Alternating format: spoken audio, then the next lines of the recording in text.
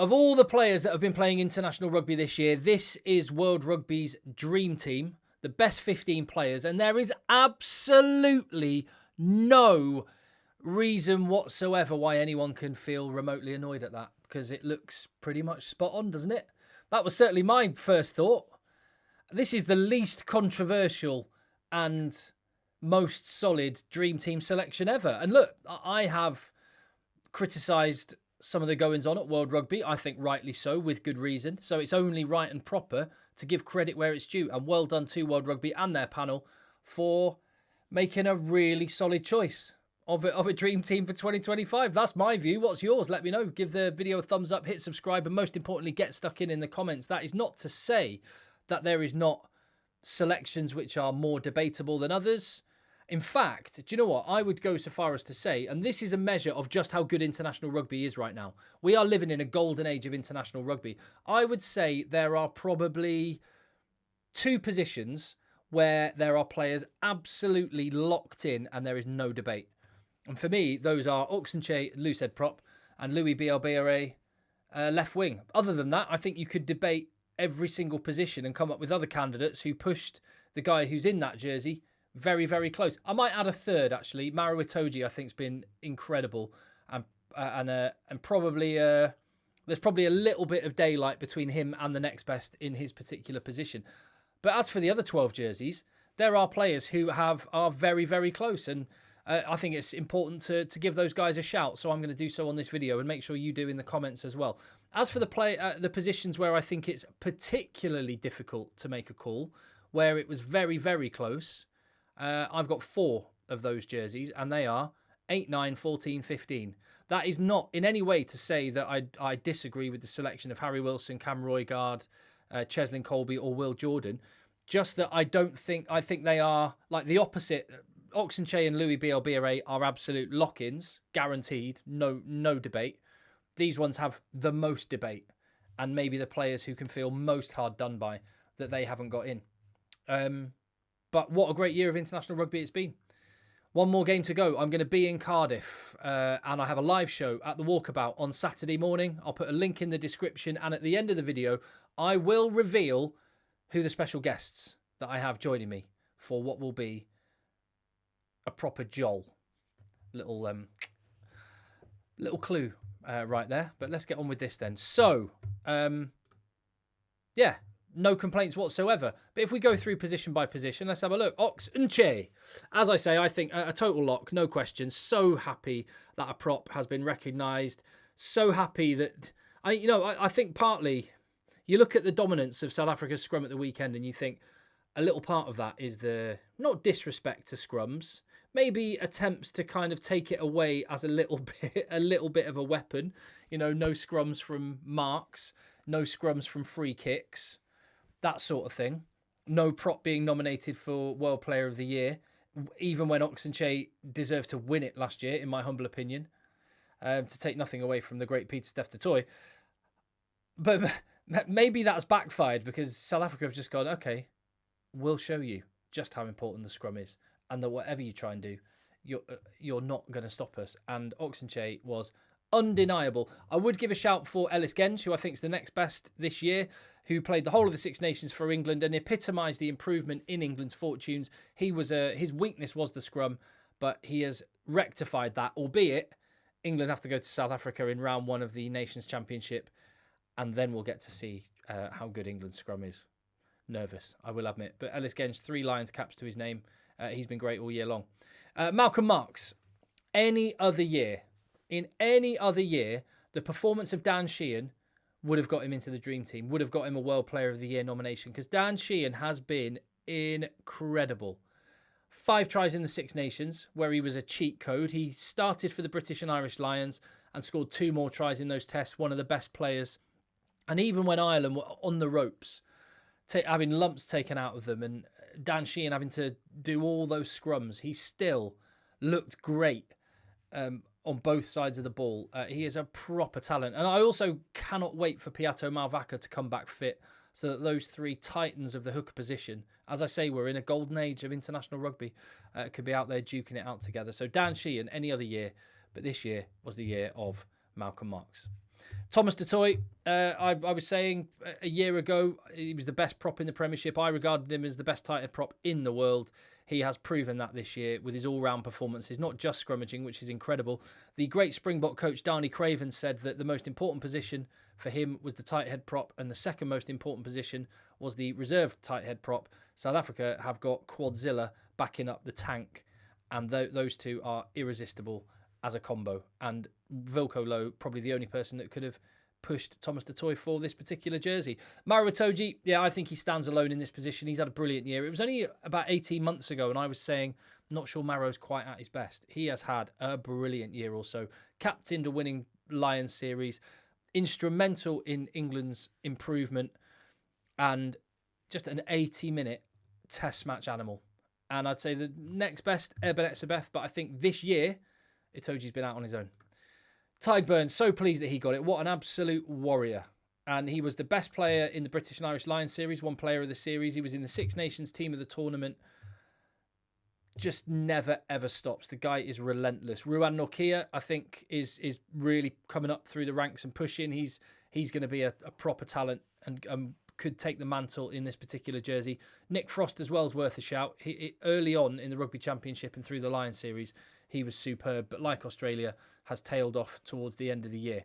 Noticeable when you think about the front five, no New Zealand players, no French players, and it's no wonder that those two nations have not been out there as good as they have been previously or could be in the future. You have to get these fundamentals right, and these five players that we've just talked about are the absolute foundations of what everybody else does. Pieter-Steph du Toit, the great Pieter-Steph du Toit, the greatest forward I've ever seen with my own eyes in the flesh, and I'm grateful every time I watch him play. The GOAT blindside flanker, one of the greatest players ever. Say no more. And you almost get numb to his greatness, don't you? Because he goes around and does an 8.5 to 9 out of 10 every single match. You can start to take it for granted. I never take it for granted. Quite rightly, in the dream team, Pablo Matera pushed him close, and I definitely give him a shout. To the open side flank, Tom Curry, who has had an absolutely exceptional year. He was England's best player in the Six Nations. He was in the team of the tournament.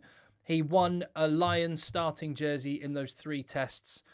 Given all of the competition in that particular jersey, all the chat coming into the Lions tour was how many amazing 7s there were. Tom Curry won that jersey against the beliefs of a lot of fans, English and otherwise, and he absolutely justified it with a storming Lions series. 2 tries in that series as well. Interesting that he's been picked in the number 7 jersey because he played most of his rugby at 6, played for the Lions at 7, and that seems to have got him in on the 7. No complaints there, but Fraser McWright had a brilliant year, and Ardie Savia as well is just Ardie Savia. I do think Curry was the best of those, but the other 2, close. Harry Wilson. It's easy to have recency bias and to think about the performances we've just seen and forget about what happened. It is a whole year that we're judging. And Harry Wilson, in the British and Irish Lions series and in the early part of the Rugby Championship, was talismanic. Giant performances. He was an architect of probably the biggest result of the year, I would suggest, which is Australia winning in Ellis Park, and almost masterminded a series Lions victory, and that will be a regret that Harry Wilson has, but he was so important to Australia turning their fortunes around along with Joe Schmidt, and I think he's rightly in. I would say Jasper Wiese has been outstanding. Ben Earl has been a monster as well, and the two of them push Wilson close. I'd also say because Curry played most of his rugby at 6 and got picked at 7, there is an argument to say you could have accommodated Matera or Savia in the number 8 jersey. Might have done that, but actually, no, I think it's great that Harry Wilson got picked. Cam Roigard at 9. One of the most debatable selections, I would say. That's not to say Cam Roigard isn't outstanding. He is. You notice the difference when he went off against England, just how New Zealand's performance dropped, and he scored tries against Ireland and against Scotland. But he didn't play a great deal this year. He played against a French B/C team, and he played against Australia in the Rugby Championship. So he wasn't in the biggest matches against the Boks. But when he did play, he was exceptional. Don't get me wrong. I understand exactly why he's been picked. I just look at Cobus Reinach, and I see his performances across the whole year. That performance at Twickenham, in Durban, at Wellington, and through this November, I think Cobus Reinach's been exceptional. I'd also give a shout to Alex Mitchell and Jameson Gibson Park. I can understand why Cam Roygaard given it. That's probably the position more than any other that I might have changed, but I'll come to that at the end, but no complaints here whatsoever. Sasha FM, I think you should have given it to him just for that performance in Durban, the best individual performance of any player across the whole year, and one of the greatest individual performances I've ever seen. It was mesmeric. But I do think across the board, the fly half stocks have not been great. Roman Ntamak's not been his best. England have been deciding between Finn Smith and George Ford. And you've had Jack Crowley, Sam Prendergast, sometimes great, sometimes average. Who else? The other big teams. Australia obviously struggling there. Wales transitioning. New Zealand, Beauden Barrett's had a really good year, actually. I'd say he'd be one of the players who deserves a mention, but probably most of all, Finn Russell, who was the fly half in a series-winning Lions squad. His Scottish team haven't had the best year. Finn Russell has had a good year, so he would have been pushing Sasha closest, but yeah, no complaints there. Louis BLB, I mean, I can just move on, shall we? 8 tries in the Six Nations, breaking records.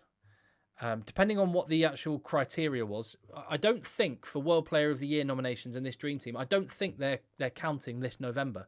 They're going back to last November. And if that's the case, I think there's an argument Louis BLB was the best player in the world because he scored 4 tries in November last year. He was unplayable. But no, definitely so good that he got a nomination, richly deserved. And his try at the weekend, I mean, if you haven't seen his try, oh my goodness. I don't think there's anyone else in the world that can do some of the things he can do. So yeah, very happy to see him in. Lenny Kittal, that is great reward. Again, because Australia have tailed off and some of the individuals have tailed off a little bit, do not forget just how incredible he was early in that Rugby Championship and through the Lions series. Santiago Chocobares, that one-off performance from Damian Phillemser in Wellington was incredible at 12. Geordie Barrett's been really strong as well.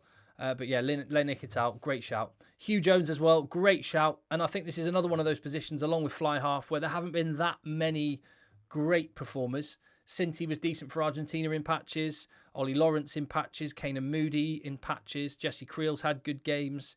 But Hugh Jones, you can totally understand why he started the Lions tests. He was the best player in his position over this last year, no doubt. Cheslin Colby, another one that I would debate. I mean, right, so 2 things can be true at the same time. Is Cheslin Colby the best right wing in the world? Yes, he is. Agreed. Him and Louis BLB would make my world 15. They're both in this team. Great. Is he the best right winger in the world? Yes. Was he the best right winger in 2024? Not as convinced about that. His highs are incredibly high. Overall, across the year, I think had Tommy Freeman been fit through this November, it probably would have been him. He scored in every single Six Nations game, but he also tailed off a bit in the Lions. He wasn't as dominant in the Lions as he was with England, so that maybe that was why. And the same, Max Jorgensen, who'd be another one I'd shout. He was amazing in the Lions and the start of the Rugby Championship. Not as great since, but had a great game at the weekend, actually. So, yeah, maybe it is Colby on reflection. Yeah, I'll come to that in a minute. Will Jordan, what a player. Absolute test match animal. 13 tests, 7 tries. His performance in Eden Park, the biggest game of the year, arguably, possibly got him the nod here because he performs, the bigger the stage, the bigger the match. I do think that, I mean, Damian Phillemser's best performances have maybe been better, but not enough of them. Tom Wright started the Rugby Championship in the Lions series like a steam train, and I think he would have walked it had he stayed fit. Toma Ramos is the one. You forget, because it was the Six Nations, just how good he was. And even in a relatively poor France performance against South Africa, Toma Ramos was amazing. So I think he could possibly feel hard done by. But like I say, Will Jordan, when it really matters most, he steps up and has big performances. So I think in summary, if I were to revise the 15, I might do that. I might be cheeky and give the number 8 spot to Pablo Matera. It would also nice to have an Argentinian represented, isn't it? You've got Scotland, France, England, Ireland, Australia and South Africa. So Argentina, the one of the top 8 teams not represented, which is a bit of a shame. So I might be cheeky and put Pablo Matera in. I do think he's had a great year. Cobus Reinach, I'd probably give the nod at scrum half. And I'd possibly change 14 and 15 to Freeman and Ramos. If I had to only change a couple of them, it might be Freeman and Ramos. If I only had to change one of them, it might be Ramos. But actually, I'll just go back to where I started. I have no issues across the board. Well played to the panel that have made their selection. And between them, or maybe even individually, they know more about rugby. Sorry, they've forgotten more about rugby than I will ever know. So I'll go along with their judgment. Although I have watched a hell of a lot of rugby. I haven't counted up the number of games I've watched this year, but it's insane. And I'm able to watch all that rugby and spend all that time on it because you support the channel, and I really appreciate that. And one of the ways I want to say thank you for that is by putting on a good old shindig for the last international of the year. My way of saying thank you, inviting you to come and join me at Walkabouts in Cardiff this Saturday if you're anywhere nearby, if you're going to the game, or if you're not going to the game and you just want to start the day right. Doors from 10. From 11, there'll be a bit of a live show with special guests. I'll come to that in a moment. And with your ticket, you will get access to the venue. You will get a free drink. Thank you very much, Thatchers Gold, for putting on some lovely draft Thatchers for everyone to have a refreshing drink when they go in. You'll also get a wristband that will mean you can get a queue jump. You can walk straight past the queue and get straight back into the venue afterwards for a good old joll. And I use that word deliberately because not only are the Springboks in town for Cardiff, but I have a couple of Rugby World Cup winners who are my guests for this event. Come and join John Schmidt and Bismarck Duplessis. I'm really excited about this one. It's going to be awesome. So, yeah, I mean, forget about coming to see me. Forget about the free drink. Forget about the wristband for a queue jump entry. Come and see a couple of absolute World Cup winning legends who will be hanging about for a bit, then doing a bit of a live show. I was thinking about what questions I want to ask them. And I do want to ask them, well, firstly, I'll get them to admit that Mark Cueto did score that try in 2000. No, I'm joking. I'm over it. Don't worry. It's a long time ago. 18 years ago now. But no, I will ask them. Guys, it really is that long ago, isn't it? Yeah. I will ask them whether they think that the two of them, along with Tendai and Tamawira, beast, could... how they reckon they'd get on if you had a clash of eras against the current Bok front row, and whether they think they'd be able to match them. Because no other international rugby team can. So that and a load of other fun besides. The link is in the description. Come and join me and get your ticket there. And I will see you on Saturday, hopefully. Or else I'll see you on the next video. And thank you very much for your support. I appreciate it.